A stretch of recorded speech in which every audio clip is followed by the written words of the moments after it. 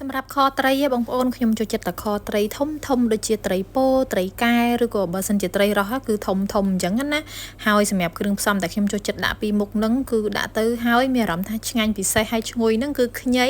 ហើយនឹងប៉េងប៉ោះបងប្អូននិយាយទៅខត្រីដាក់ប៉េងប៉ោះដាក់ខ្ញីច្រើនអញ្ចឹងគឺថាឆ្ងាញ់ខ្លាំងមែនតើណាបងប្អូនហើយបើសាច់ត្រីវិញខ្ញុំអត់ចេះញ៉ាំទេត្រីតូចតូចអញ្ចឹងហើយបានជាចូលចិត្តខត្រីធំធំដែលសាច់ច្រើនឆ្អឹងតិចអញ្ចឹងណាបងប្អូនសម្រាប់ខត្រីដែរបងប្អូនខ្ញុំចូលចិត្តញ៉ាំមានបន្លែផ្ទាប់បើសិនជាអត់មានតសក់អត់មានផ្កាស្នោអញ្ចឹងក៏ខ្ញុំមានផលិតមានស្ពៃកញ្ញាញ់អីស្ងោអីអញ្ចឹងណាឬក៏ស្ពៃខ្មៅអីបងប្អូននិយាយទៅគឺយើងញ៉ាំមានសាច់មានបន្លែអញ្ចឹងបានឆ្ងាញ់ហើយដាក់ម្ទេសហិលអញ្ចឹងទៅក៏រត់តែឆ្ងាញ់ទៀតសម្រាប់គ្រឿងផ្សំ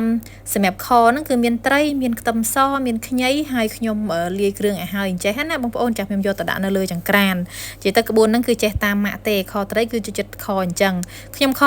សាច់ជ្រូកក៏អញ្ចឹងដែរគឺអត់ដាក់ប្រេងទេបងប្អូនគឺខ្ញុំដាក់តែស្ករអំបិលម្សៅស៊ុបម្រេចហើយនឹងខ្ទឹមសអញ្ចឹងតែម្ដងទៅ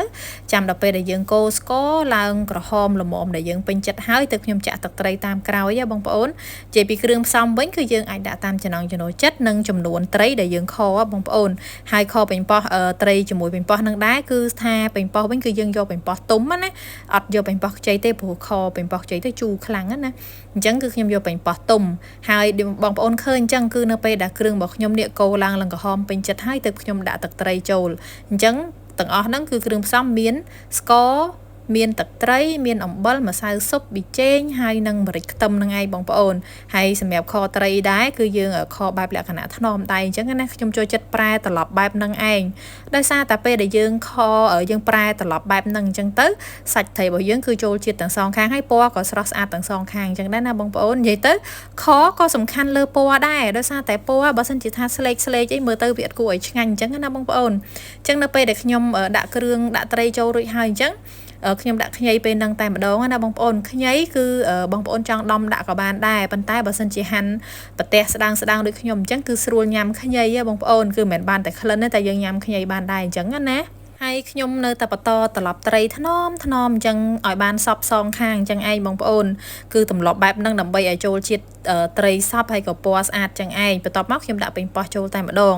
នេះគឺប៉េងប៉ោះដែលខ្ញុំរកអស់លទ្ធភាពហើយគឺបានទុំប៉ុណ្ណឹងខ្ញុំអត់ដឹងដែរថ្ងៃហ្នឹងទៅផ្សារអត់មានប៉េងប៉ោះទុំទេសិតតែប៉េងប៉ោះខ្ចីអញ្ចឹងគឺបានប៉ុណ្ណឹងឯងគឺគ្រាន់បើជាងគេហើយអញ្ចឹងខថ្ងៃនេះរៀងជូរជាងធម្មតាអញ្ចឹងហើយខ្ញុំអត់សាប់ស្វាយដាក់ទៀតទេគឺខ្ញុំដាក់តែប៉េងប៉ោះអញ្ចឹងឯងអញ្ចឹងនៅពេលដែលយើងដាក់ប៉េងប៉ោះដាក់ខ្ញីដាក់គ្រឿងក្រៅអីហើយអស់ហ្នឹងគឺយើងចាក់ទឹកចូលមកប៉ុន្តែកុំចាក់ច្រើនពេកទេបងប្អូនដោយសារតែត្រីនេះគឺឆាប់ឆ្អិន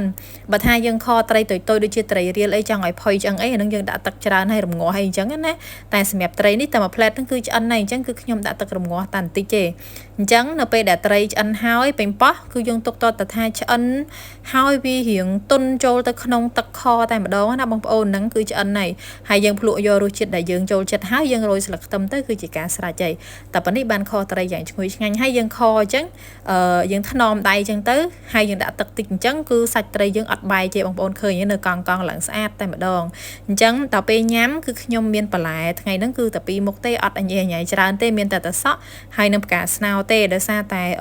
និយាយទៅពិបាករកទិញបន្លែព្រោះអីយើងទៅផ្សាររៀងថ្ងៃអញ្ចឹងទៅបន្លែដែលយើងចង់ទិញយកមកផ្ទាប់ខហ្នឹងគឺគេលក់អស់ទៅក៏សល់តែតសក់ហើយនឹងផ្កាស្នោហ្នឹងឯងហើយពេលដែលញ៉ាំគឺយើងញ៉ាំផ្ទាប់អញ្ចឹងឯងបងប្អូនអញ្ចឹងមានន័យថាខត្រីរបស់យើងហ្នឹងគឺរសជាតិរៀងដិតបន្តិចទៅបើសិនជាមិនសូវដិតទេមានន័យថាយើងត្រូវញ៉ាំខហ្នឹងច្រើនណាព្រោះអីយើងញ៉ាំផ្ទាប់បន្លែបើសិនជាខនឹងរសជាតិអត់សូវដិតទេ